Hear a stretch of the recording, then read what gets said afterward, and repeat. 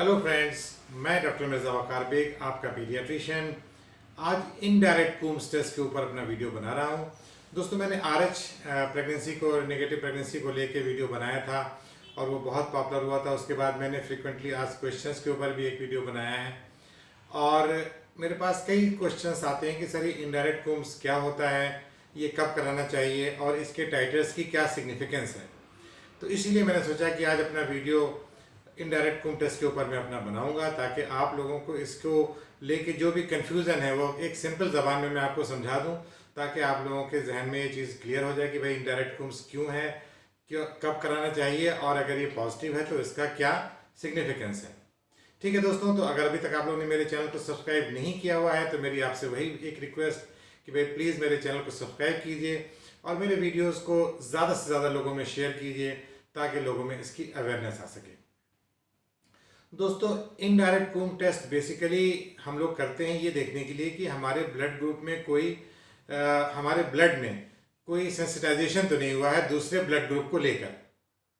अब इसको इस तरह से समझते हैं कि हमारे जो ब्लड के अंदर आरबीसीज होती हैं उसके ऊपर एंटीजेंस लगे होते हैं, चिपके होते हैं। जैसे आप कहिए A antigen, B antigen, A B antigen या आरएच की एंटीजन अगर प्रेजेंट होती है तो हम उसको आरएच पॉजिटिव बोलते हैं और आरएच की एंटीजन अगर एब्सेंट होती है तो हम उसको आरएच निगेटिव बोलते हैं।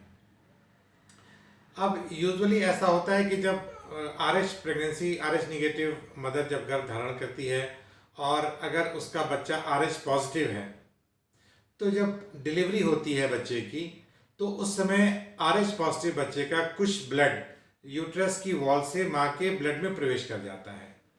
अब जब ब्लड प्रवेश कर जाएगा, क्योंकि माँ आरएच निगेटिव है और बच्चा आरएच पॉजिटिव था, तो यानी कि आरएच पॉजिटिव एंटीजन उसके माँ के ब्लड में पहुंच गई। अब हमारे बॉडी का एक डिफेंस मैकेनिज्म है कि इस एंटीजन को जो उसकी माँ की बॉडी है उसको as a foreign object recognise करेगी और इसके खिलाफ एंटीबॉडीज बनाएगी। यानी कि आरएच निगेटिव मदर के बॉडी में एंटीबॉडीज बनेंगे ताकि वो इस आरएच जो पॉजिटिव एंटीजन आया है इसको न्यूट्रलाइज कर सके। तो जब ये एंटीजन एंटीबॉडी रिएक्शन बॉडी के अंदर होंगे तो हमारे बॉडी में कूम्स टेस्ट पॉजिटिव आ सकता है। तो यानी कि कूम टेस्ट पॉजिटिव आने का मतलब होता है कि माँ के ब्लड में आरएच पॉजिटिव की सेंसिटाइजेशन हो चुका है और अब उसके अंदर उसकी ब्लड में एंटीबॉडीज आरएच निगेटिव ब्लड में उसके और आरएच पॉजिटिव एंटीबॉडीज टहल रही हैं जो कि आरएच उसको फैक्टर्स को न्यूट्रलाइज करने के लिए बनाई जाती हैं।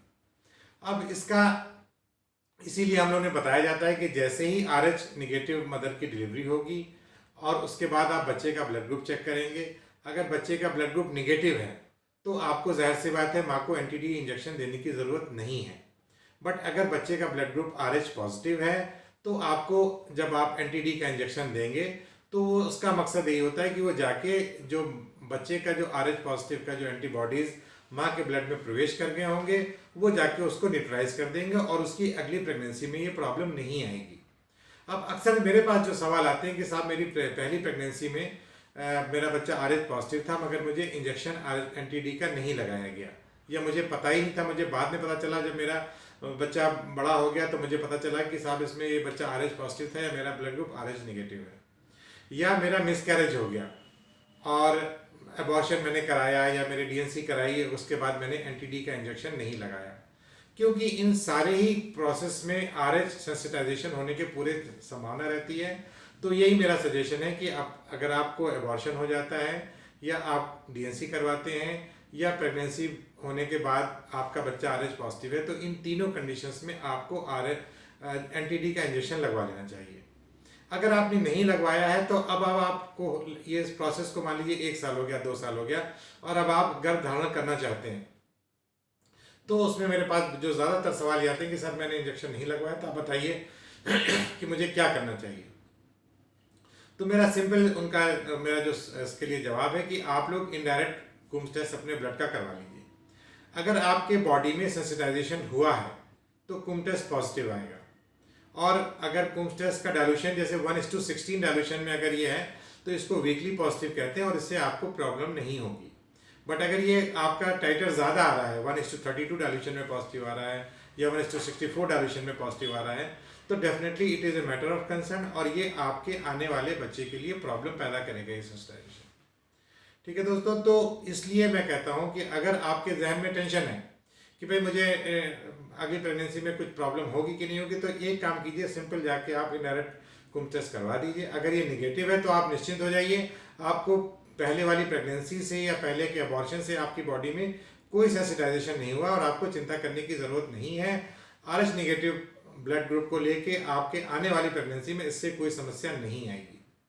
बट अगर आप ऑलरेडी प्रेग्नेंट हैं और आपने इनडायरेक्ट कुम टेस्ट करवाया है और वो पॉजिटिव आ रहा है, तो फिर आपको राइजिंग टाइटर्स कराने होंगे।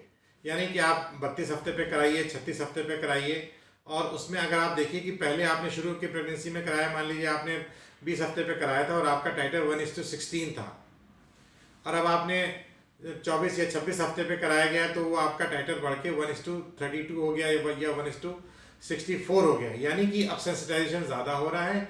ये जो एंटीबॉडीज़ आपके ब्लड में टहल रही हैं, ये आपके प्लेसेंटा के थ्रू आपका जो गर्भ में बच्चा है, ये उसमें जाके उसके अंदर हिमोलिसिस कॉज करेंगी, जिसको हम लोग haemolytic disease of the newborn बोलते हैं।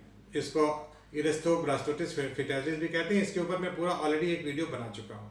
तो ये एंटीबॉडीज अगर आपकी बॉडी आपके ब्लड में बहुत ज़्यादा हैं तो ये आपके प्लेसेंटा को क्रॉस करके आपके न्यूबॉर्न बेबी को नुकसान पहुंचाएंगी और उसको प्रॉब्लम आ सकती है। यहीं पर रोल आता है फीटल मेडिसिन के डॉक्टर्स का, क्योंकि जैसे मैंने बताया कि यहाँ पे लखनऊ के PGI का जो डिपार्टमेंट ऑफ फीटल मेडिसिन है, it is one of the best departments, जो कि इन मदर्स का इनडायरेक्ट कुम टेस्ट करते हैं, और अगर उनके राइजिंग टाइटर आ रहे हैं तो बच्चे को पेट के अंदर ही ट्रांसफ्यूजन दिए जाते हैं ताकि बच्चे का हीमोग्लोबिन वगैरह ड्रॉप ना कर सके। तो दोस्तों, इनडायरेक्ट कुम टेस्ट का जैसे मैंने बताया कि महत्व है आपको ये समझने के लिए कि इनडायरेक्ट कुम टेस्ट अगर निगेटिव है तो आपको बिल्कुल परेशान होने की ज़रूरत नहीं, आपकी बॉडी में कोई भी RH का सेंसिटाइजेशन नहीं हुआ है। बट अगर प्रेगनेंसी में आपने इनडायरेक्ट कुम टेस्ट कराया है और वो पॉजिटिव आया है तो आपको रेगुलर इंटरवल्स पे, फ्रीक्वेंट इंटरवल्स पे, जैसे जैसे आपके डॉक्टर सजेस्ट करेंगे, आपको ये इनडायरेक्ट कुम टेस्ट रिपीट कराने रहना है। और अगर टाइटर नहीं बढ़ रहा है तब भी आपको परेशान होने की ज़रूरत नहीं। यानी कि मान लीजिए 20 हफ्ते पे आपका टाइटर 1:16 था और आपने 30 हफ्ते पे प्रेगनेंसी पे आपने टेस्ट कराया, वो भी 1:16 है, इट मीन्स कि आपके कोई सेंसिटाइजेशन नहीं बढ़ रहा और आपको इसमें परेशान होने की ज़रूरत नहीं है। बट अगर ये राइजिंग टाइटर आ रहा है कि आपने पहले 1:16 था, 1:32 हो गया, 1:64 या 128, ये इसी डाइल्यूशन में बढ़ता है, डबल डाइल्यूशन में बढ़ता है। तो अगर इस तरह से आपके टाइटर बढ़ रहे हैं तो definitely it is a matter of great concern. ऐसी प्रेगनेंसी को आप बिल्कुल इमरजेंसी के तौर पे इसको मानेंगे, ऐसे में आप घर नहीं बैठेंगे। आपके गायनेकोलॉजिस्ट का इसमें ज़्यादा रोल नहीं है, इसमें फीटल मेडिसिन का डॉक्टर ही इसको ट्रीट कर सकता है।